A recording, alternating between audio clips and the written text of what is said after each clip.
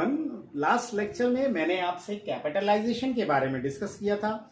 This is the valuation concept और हमने ये जाना था कि कैपिटलाइजेशन कितने तरह के होता है, ओवर कैपिटलाइजेशन, अंडर कैपिटलाइजेशन और नॉर्मल कैपिटलाइजेशन। आज मैं आपसे डिस्कस कर रहा हूं, this is the second part of the capitalization. अब मैं आपको एक एग्जाम्पल से ये क्लियर करूंगा कि what is over capitalization, under capitalization and fair capitalization. Average rate of earnings of an industry is 10%। आपको इंडस्ट्री का अर्निंग दे रखा है, इट इज 10%। आपको actual earning of a company दे रखी है ₹1 लाख, यानी वो कंपनी 1 लाख रुपए की अर्निंग कर रही है। State the position of a company if it has invested. अगर वो 10 लाख रुपए इन्वेस्ट करती है तब क्या पोजीशन होगी, अगर वो 12 lakh actual amount of investment है तब, और कैपिटल एम्प्लॉयड अगर 8 लाख है तब क्या पोजीशन पे फर्क पड़ेगा।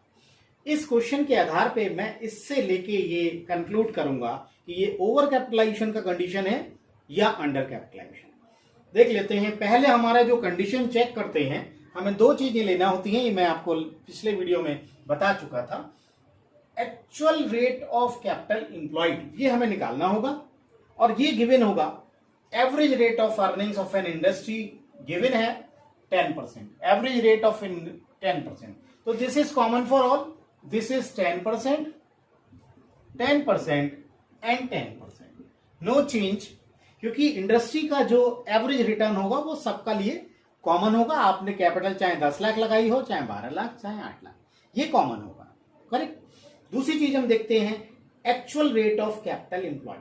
हमने जो कैपिटल एम्प्लॉय किया हुआ है उसका रेट क्या बनना है। फर्स्ट कंडीशन 10 लाख है, तो अगर हम 10 लाख की कैपिटल एम्प्लॉय किए हुए हैं और हमारा रेट, हमारा जो अर्निंग्स है वो 1 लाख है, तो हमारा रिटर्न कितना बनेगा। तो हम actual rate of capital employed यहां पर निकाल रहे हैं। हमारी अर्निंग है ₹1 लाख, 100 से मल्टीप्लाई करेंगे, डिवाइड करेंगे 10 लाख से। 10 लाख की कैपिटल एम्प्लॉयड है, 1 लाख का अर्निंग है, तो earning divide by capital employed, ये कैपिटल एम्प्लॉयड है यानी 10 लाख, ये अर्निंग है, तो अर्निंग्स को डिवाइड करेंगे कैपिटल एम्प्लॉयड से, इंटू 100 कर देंगे। क्या रेशियो बन रहा है, ये देखिए 5 और ये 1 2 3 4 5 और 1 0 से 1 0 गया, 10% का रिटर्न बन रहा है। यानी अगर आपने ये 10 लाख की कैपिटल लगाई होगी तो आपको 10% का रिटर्न मिल रहा है, करेक्ट। दूसरा केस देख लेते हैं। ये आपकी कैपिटल, ये अर्निंग तो आपकी सेम रहना है, देखो 100 कर देंगे, ये सेम है, डिवाइड करेंगे 12 लाख से। अब यहां पर आपका ये 12 लाख से डिवाइड करना होगा आपको, क्योंकि 10 लाख की जगह आपने 12 लाख लगाए हुए हैं, तो 12 लाख में इतना प्रॉफिट बन रहा है, तो 100 में कितना बनेगा, ये rate of earning on capital employed आपका आ जाएगा। तो दिस बिकम्स 8.33%। इतना परसेंट की इसकी अर्निंग बन रही है, इसमें 10% बन रही है। और लास्ट कंडीशन देख लेते हैं, अगर कैपिटल एम्प्लॉयड 8 लाख है तो हमारा ये तो सेम रहेगा, 1 लाख की अर्निंग है, कंपनी की अर्निंग तो 1 ही लाख रहेगी ना एक्चुअल, तो एक्चुअल अर्निंग 1 लाख, 100 से मल्टीप्लाई हम परसेंटेज के लिए करेंगे और डिवाइड बाई 8 लाख जो हमने कैपिटल को एम्प्लॉय किया हुआ है। तो this one amounts to 12.5%। This is 12.5%, 8.3% and 10%। अब हम पे ये दोनों फिगर आ गई हैं। Actual rate of capital employed is 10%, 8.3 and 12.5। दूसरी चीज हम पे आ गई है, average rate of earnings 10%, this is equal to all. अब इनमें कंपेयर करना है, या तो ये या ये, इनमें से देखेंगे। तो मैंने बताया था, if actual rate of capital employed is less than average rate of capital employed, तो एक्चुअल रेट कैपिटल एम्प्लॉयड का एवरेज रेट से कम है तो ओवर कैपिटलाइजेशन होगा।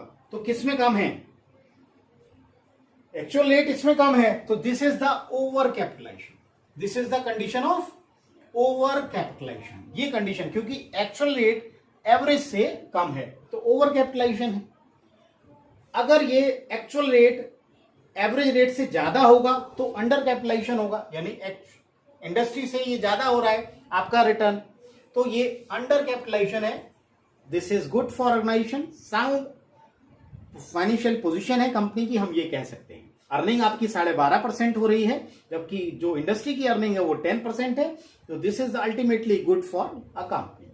और दूसरी, अगर ये बराबर है तो हमारा नॉर्मल कैपिटलाइजेशन है। तो this is the 10% and 10% both are equal, तो this is normal capitalization. Normal capitalization को हम फेयर कैपिटलाइजेशन भी बोलते हैं। तो फेयर कैपिटलाइजेशन इफ 10% यानी actual rate of earning is equal to average rate of earnings, fair. If actual rate of earning is less than average, over capitalization. If actual rate of earnings more than average rate of industry, under capitalization। एक और चीज से मैं आपको explain कर देता हूं कि अगर हम बी पार्ट ले लेते हैं, इसको इस मेथड से भी कर सकते हैं कि अगर हमारा एक्चुअल कैपिटलाइजेशन पता है हमें 10 लाख, 12 लाख और 8 लाख, हमें ये चीज निकालना है केवल एक बार, और ये सबके लिए कॉमन होगी क्योंकि earnings are equal for all the capital invested. तो अर्निंग तो 1 लाख ही है, तो 1 लाख की अर्निंग है ये 1 लाख, इस पर 100 से मल्टीप्लाई करेंगे। Required rate of return earning का एवरेज है 10%, वो गिवन था 10% है। तो ये कैपिटल आपकी आ रही है 10 लाख, ये 10 लाख सबकी हो जाएगी 10 लाख 10 लाख 10 लाख, करेक्ट। ये 10-10 लाख तीनों के केसेस में हो गई।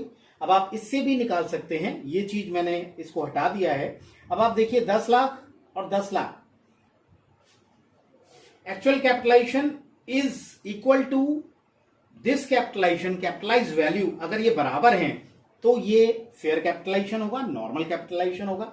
अगर एक्चुअल कैपिटलाइजेशन और ये इसमें डिफरेंस है तो हम देखेंगे ज्यादा है या कम है।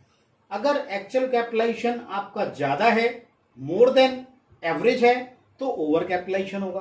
तो आपका यहां पर 12 लाख है एक्चुअल और यहां पर 10 लाख ही है, तो ये ओवर कैपिटलाइजेशन का केस है। आपको 10 लाख कैपिटलाइज वैल्यू आ रही है, लेकिन आप इन्वेस्ट किए हुए हैं 12 लाख, इसका मतलब आपका 2 लाख कहीं ना कहीं ओवर कैपिटलाइज है, आप इसका बेनिफिट नहीं ले पा रहे।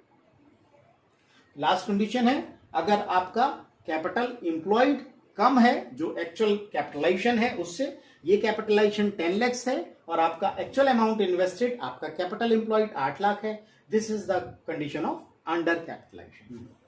अगर आपको ये वीडियो अच्छा लगा हो तो प्लीज इसे लाइक करें, शेयर करें एंड सब्सक्राइब करें। Thank you.